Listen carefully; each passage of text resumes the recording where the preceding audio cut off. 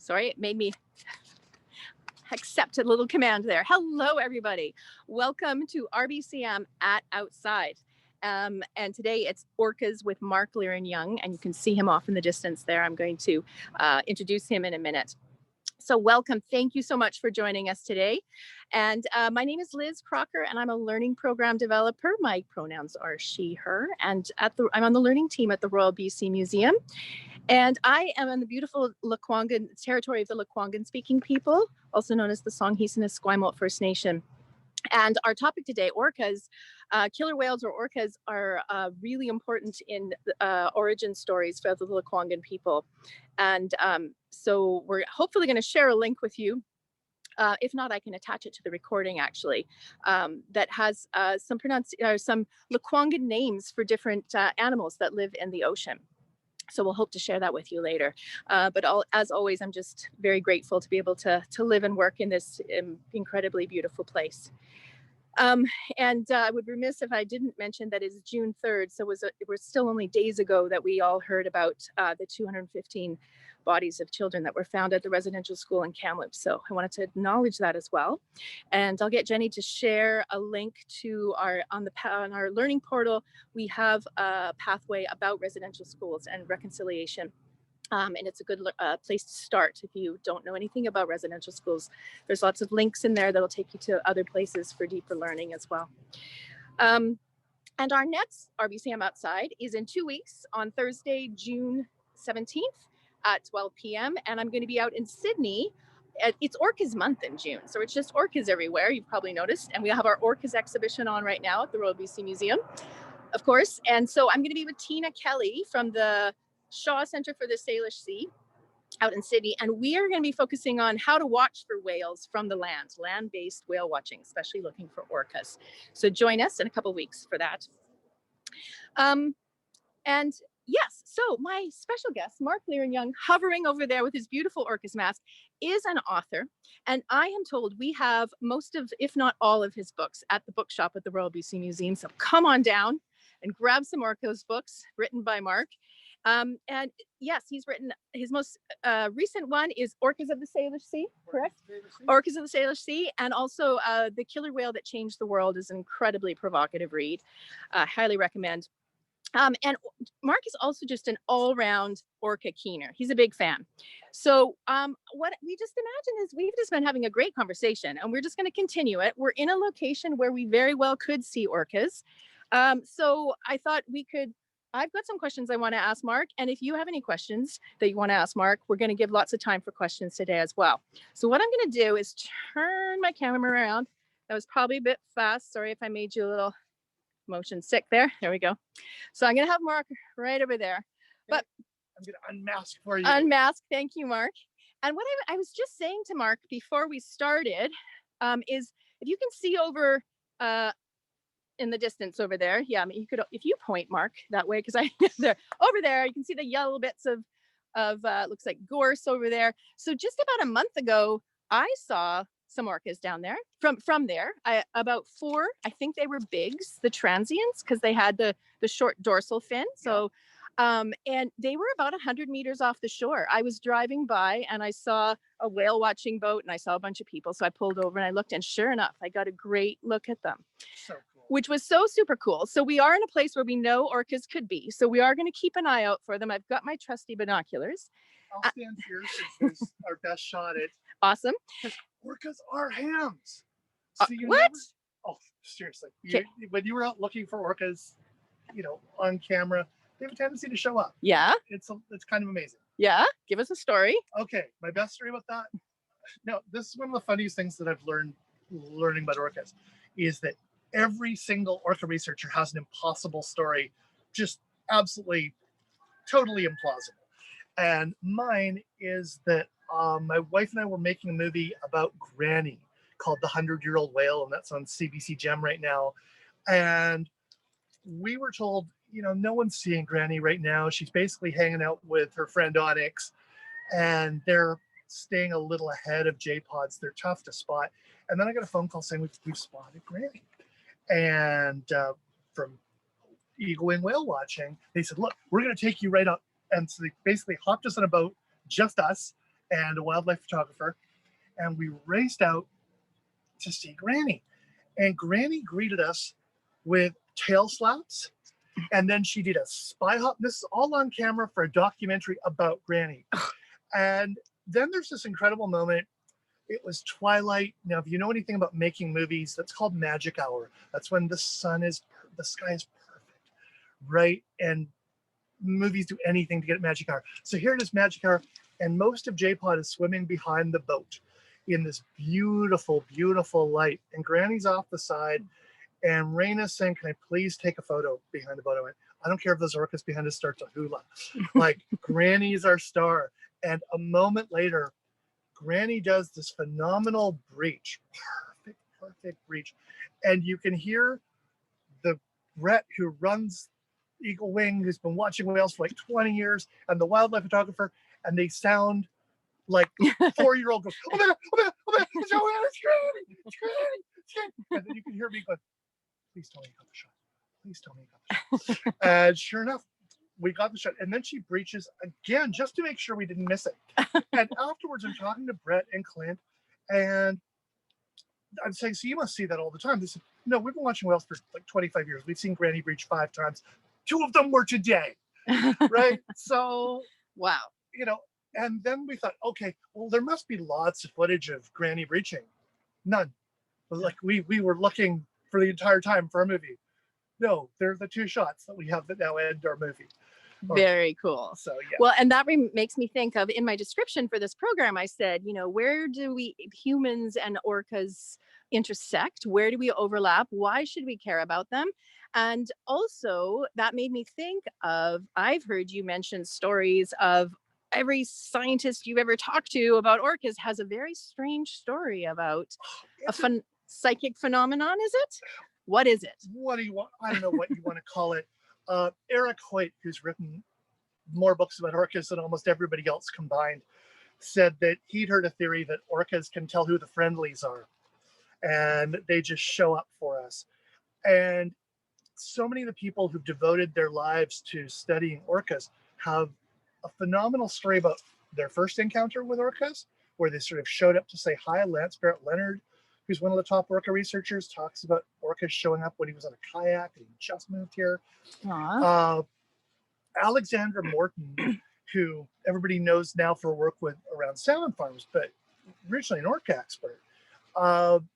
And Kim Balcom, who runs the Center for Whale Research in Washington State and is the expert on the southern resident orcas, both have almost identical stories about being on a boat, being lost in the fog, and having a pod of orcas lead them home. And in both cases, this was the first and only time a pod stayed with their boat.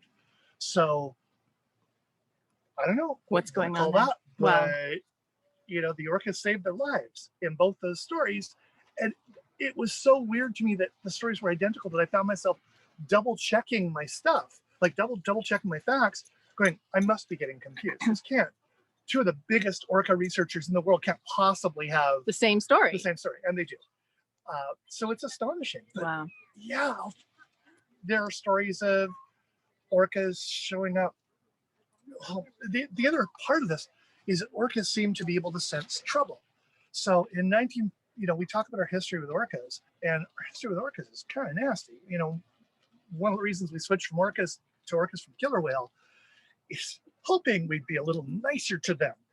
But in 1955, the federal government of Canada set up a machine gun off the coast of Campbell River for the purpose of decimating and destroying the orca population.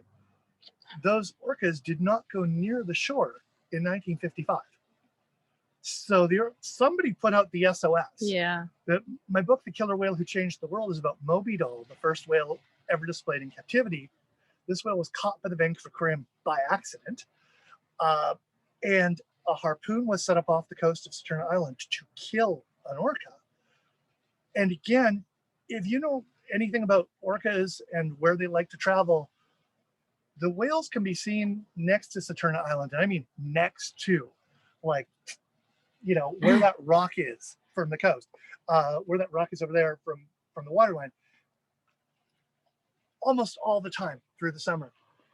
In 1964, it was like somebody put out a sign saying, hey, the stupid humans have a harpoon here. So they didn't get any. They had actually canceled the mission after 87 days. Or sorry, they canceled the mission. They'd done 3 months. The hunters were called back. And the day after, where they hadn't bothered to take down the harpoon yet, a young whale came close to shore. And that's how they ended up capturing Moby Doll. Oh. But this was the day after they'd canceled. So it was like the orcas were listening, went, oh, cool, they canceled this thing. I guess we can show up again. Again, impossible. And Murray Newman, who was the director of the Vancouver Aquarium, was musing out loud to reporters saying, they must be psychic because there's no other explanation for why they are not showing up at the spot they always show up at. The best place for land-based whale watching in all of Canada is Saturn Island, East Point off Saturn Island. And they just went, yeah, we're not going to East Point this year. There's a harpoon there. Wow. Wow. Amazing. They're amazing. That is amazing. Thank you for sharing that story. And yeah, I saw Jenny typed in, please go ahead and type in any questions that you have, because we will allow some time for Mark to answer questions. And one thing I was going to mention to you, so now, I mean, we almost in tourism, I don't want to say we're loving them to death, but we all love to see orcas. But when I was a kid, I grew up around Vancouver, and so did my husband. And we would go to the aquarium with our families and see Scanna, and that was always very exciting. But we still believed that they were killer whales and that we were afraid of them. And so my husband has a story of being out fishing off Delta when he was 7 years old, and they were surrounded by a pod of orcas, and he thought he was going to die. He was terrified. That is one of the most fascinating things. That's how I fell in love with the story of Moby Doll.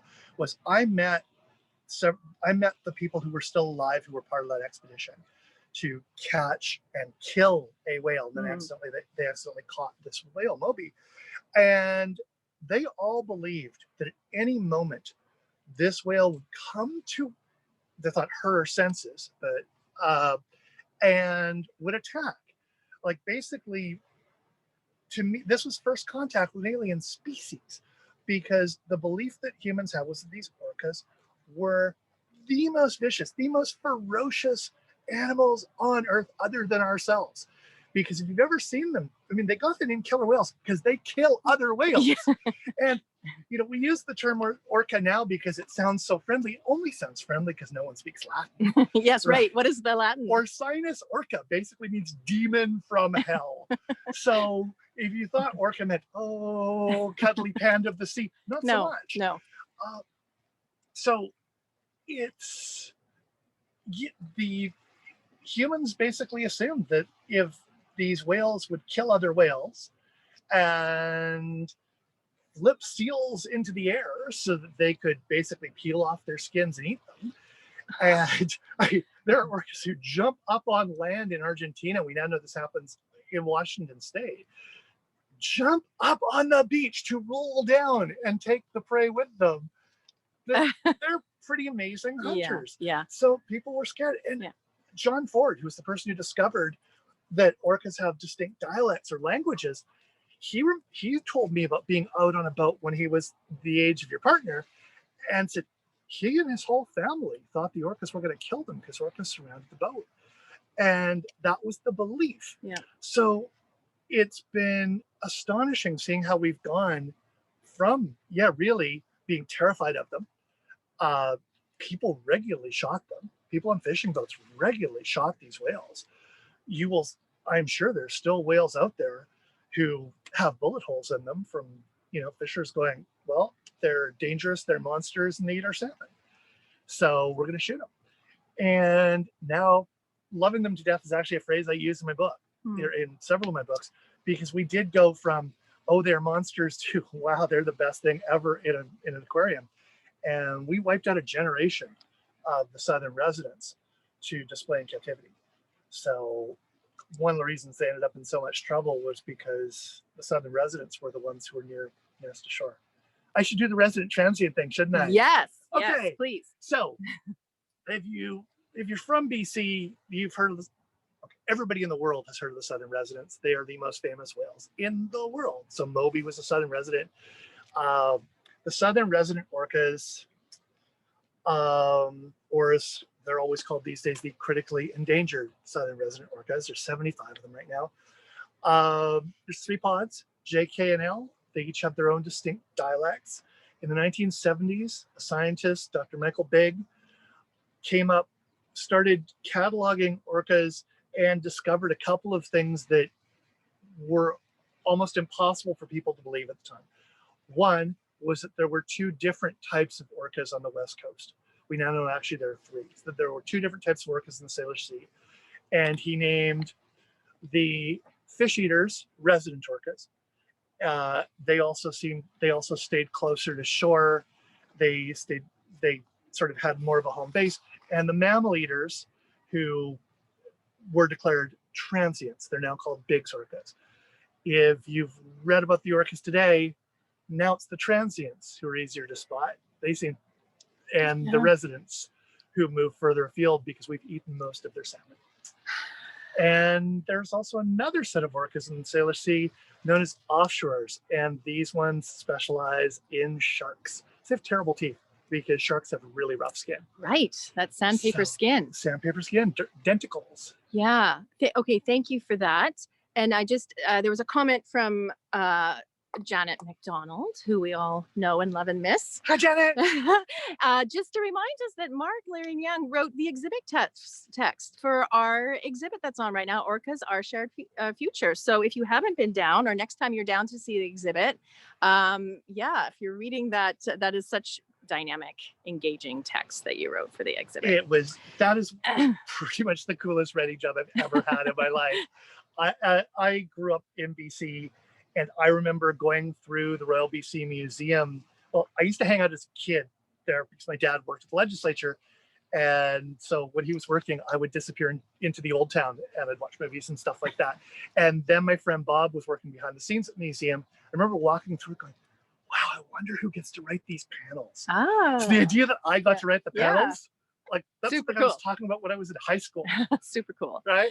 Super cool. So yes, please, if there's any questions, go ahead and type them in there. And I'm going to ask you a question, Mark. So here, this beautiful little bay behind you, we're at Clover Point, down at Dallas Road, straight to Wanda Fuca. We're looking out behind you is Washington State.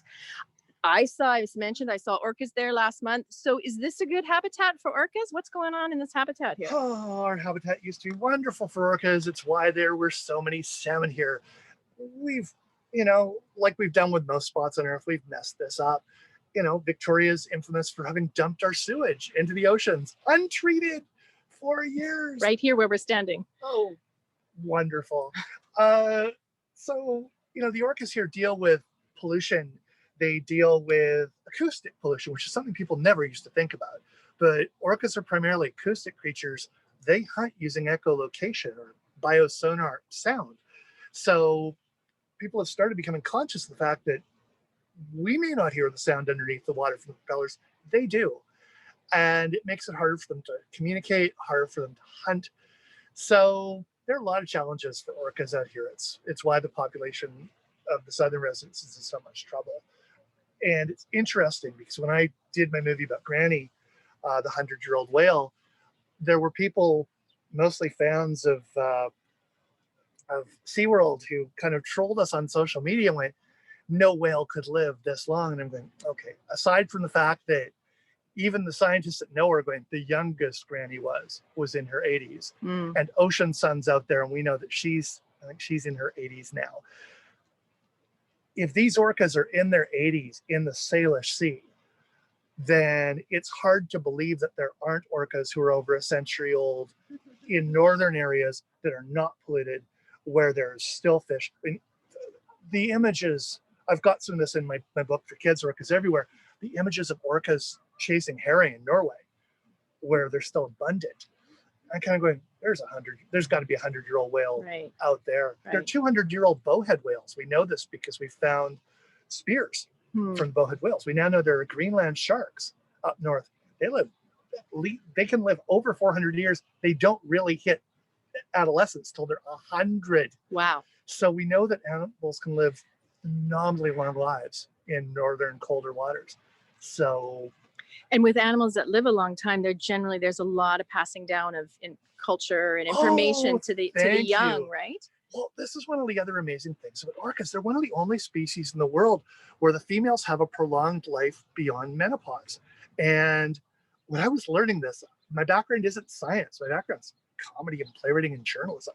So when I was learning this, I would send these panicked emails middle of the night to scientists around the world going, okay, so really not apes?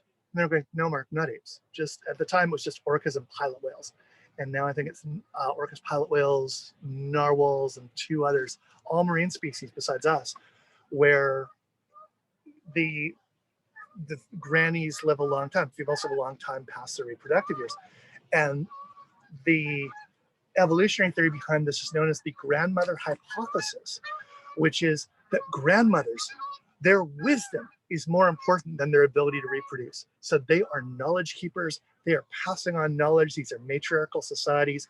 And one of the theories behind why the orcas had southern residents had such a tough time over the last few years was that Granny died. And after Granny died, who was there who knew where to go for J-pod, right? So you saw, so these older orcas know where to go and they know where to stay away from. And again, going back to things orcas know that you go, how do they know them? They still avoid coves where they were captured. Oh, right? they remember. So somebody's passed down the knowledge. This is not a safe place, right? And one of the wildest stories that I encountered, talked about this a bit about orcas in the Salish Sea, is onyx, an L-pod whale, when male residents don't generally survive long without their moms. When Onyx's mom died, Onyx adopted a new mom. Onyx lost the new L-pod moms and moved in with J-pod and hung out with Granny. Aww. And what was really wild about that was I've talked to people who are linguistic researchers, or not really, again, they avoid language, I don't. But basically orca language researchers who said that Onyx was kind of teaching J-pod to speak L-pod, which made it very confusing to, like, that occasionally you'd hear these L-pod calls from J-pod. Oh, wow. And they're really distinct. Because I remember I asked John Ford, I said, so when you say dialects, you mean like, I don't know, accents, right? You mean like American, Canadian, Australian? He's like, no, these dialects are more like Swahili, Japanese, English. They're completely distinct. So 3 different pods, the same overall ecotype. Wow. And yet completely distinct That cultures. Wow. That is amazing. Distinct. That is really. Oh, and there's a little seal over there. And Jenny, if you haven't already, you can pop that Orcas Pathway link in there. And from the Orcas Pathway on our learning portal, there are some ways to get to hearing some links to some websites that have whale sounds recorded that you can listen to.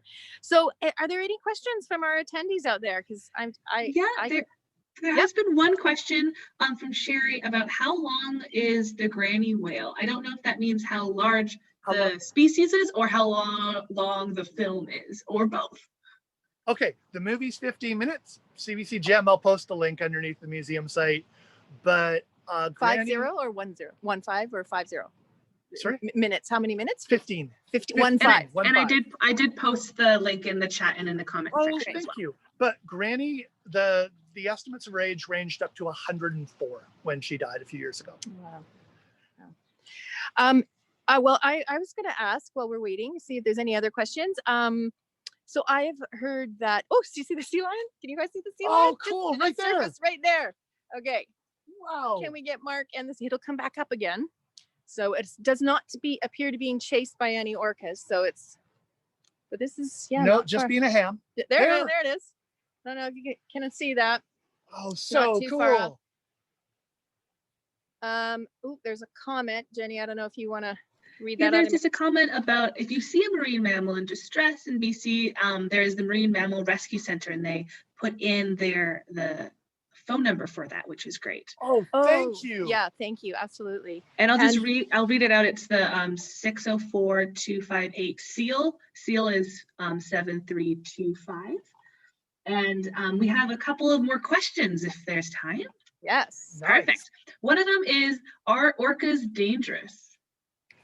If you are on an orca's menu, they are the most dangerous thing in the world. Sorry, it keeps surfacing behind you there.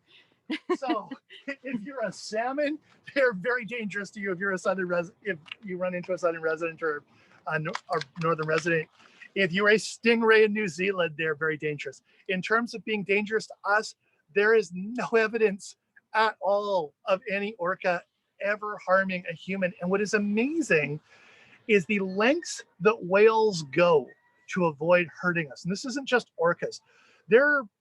Go on YouTube and check out images of humpbacks torquing their bodies in midair when they realize there are kayakers nearby. These whales go out of their way to avoid hurting humans.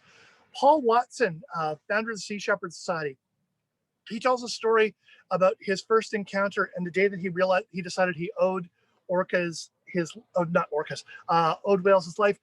He was out trying to stop the whale hunt, and a whale that had been harpooned was basically in mid-air and was about to pretty much land on the boat he was on. And he said he saw the whale's eye, the whale looked, and the whale basically torqued his dying body to avoid crushing the people from Greenpeace who were on the first ever mission to save the whales. And I mean, I just interviewed him about this for my podcast, Scanna. And he said from that moment on, he figured he owed his life to the whales. But you talked about Scanna off the top and how you saw Scanna as a kid. So did I. That's how I fell in love with whales. And Scanna was the first whale displayed at the Vancouver Aquarium. And Greenpeace used to talk about working for Scanna because Scanna was the whale who inspired Paul Spong to say we should stop calling them killer whales. If we're going to call them killer whales, we should call humans killer mammals, because they don't hurt us, right? Yeah. We don't call bears killer bears. We don't call bears killer bears. We don't even call sharks. We don't call sharks killer sharks. Although sharks are like less dangerous to us than probably the gull back there. Right. If you go in terms of how many people actually get hurt, killed by animals. Yeah. And I see Jenny just put a link to your podcast. Thanks, Jenny. And You are somebody's awesome, saying it's Jenny. an amazing podcast. Yay. Thank you. And we have a question from Facebook from Debbie. That is, have you encountered a superpod? Where and when do they still occur? They still occur. And going back to orcas are amazing. The last few superpods that have been seen seem to be seen just in time to celebrate the birth of new members of the Southern residents. And one of the most amazing, Granny being a ham and the orcas being hams, one of the other days that Rain was out, and unfortunately I wasn't, she encountered a superpod, and she said it was the single most amazing thing she'd ever seen. Because a superpod, not only do the pods gather, not only a superpod means more than one pod getting together, but what's astonishing is they don't just get together, they greet each other in what looks like ceremony. They line up, face each other, and then after they faced each other, after they've approached, then they mingle. So there's a ceremonial aspect to it where you go, that's culture. That's not instinct, that's culture.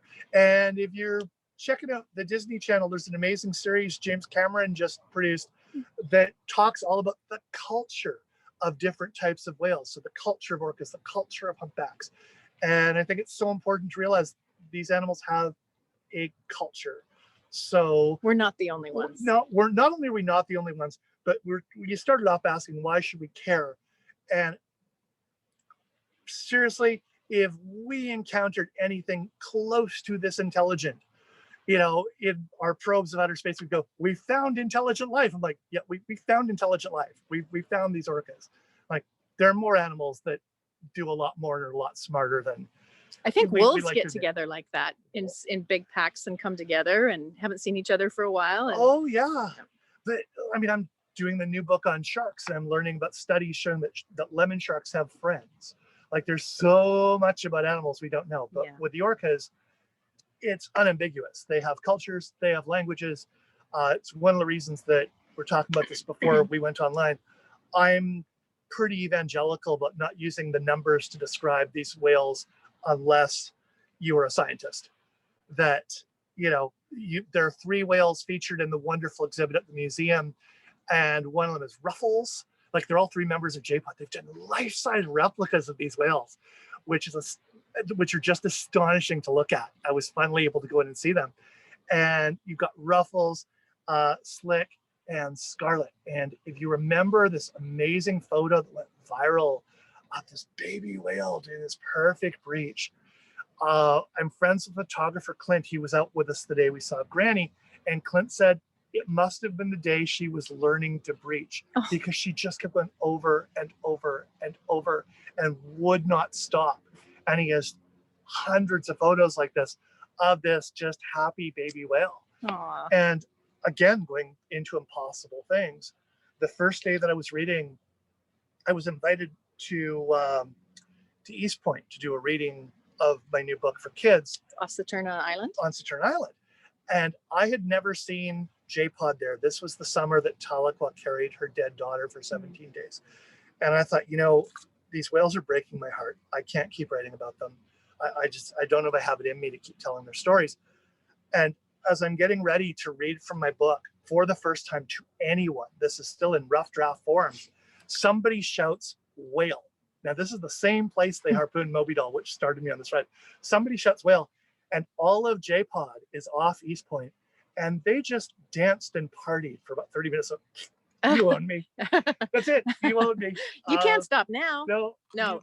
And that, well, thanks and for. Tahlequah was there. Like, oh, yeah, like all just leaping out of the water. It's the most amazing thing. So, and because what I was going to ask you, because I don't want to end on, I do see there's another question, but I don't want to end on a downer, because we are in an ecological crisis. Southern residents are in trouble. Yep. But there's all kinds of actions we can take. Absolutely. What are your top 3 favorite actions? Anything you can do to help them. So talking about them is one. Was what you're doing. Yeah. The more we can talk about them, the more attention we can pay to them. Again, this is my thing more than anybody else. I think the name's not numbers. This is all about, we protect what we love. And I think the names can be critical to sharing the love. So do what you can to fight for salmon. Do what you can to raise awareness. Pollution bad. Pollution is bad. So plastics. So let's get plastics in the water.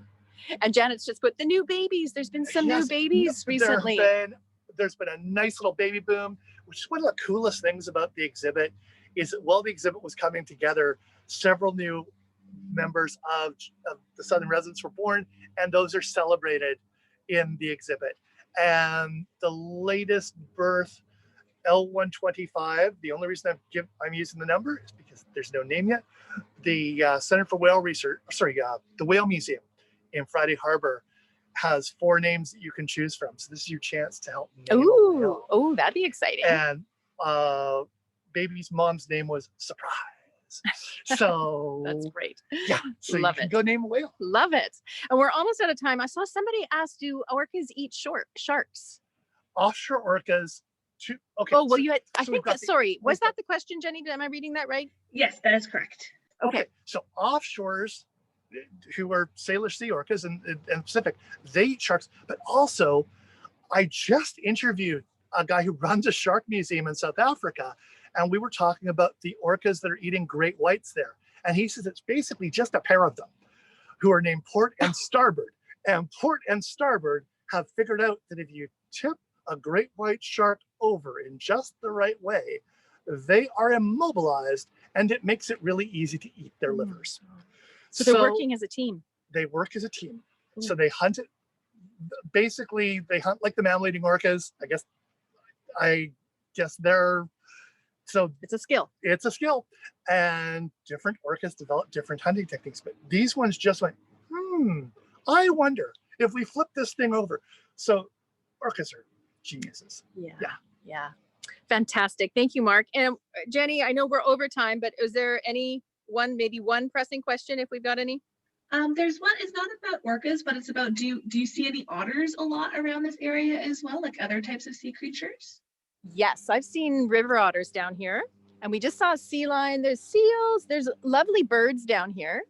There were some oyster catchers behind us, but we're so really lucky in Victoria. The coastline is quite active, I would say. And I did a program here last June, I think it was, with Dr. Gavin Hankey, and he was bringing up just animals just behind where Mark is here. He went down with a bucket and he grabbed some invertebrates as well as some fishes. And we were both amazed at the diversity, considering, yeah, there used to be a lot of sewage outfall in this area, and there's a city right there. The diversity that we still have here is amazing. But yes, I have seen river otters. So I'm going to flip the camera around. We'll say goodbye. Bye. Hold on a second. Oh, there we go. There's Mark. Okay, thank you for joining us, everybody. And as always, we have recorded this and we're going to put it on our YouTube channel, and hope to see you in 2 weeks out in Sydney for whale watching. Have a wonderful Orcas couple of weeks before we see you again. Bye-bye. Stay safe. Thank you.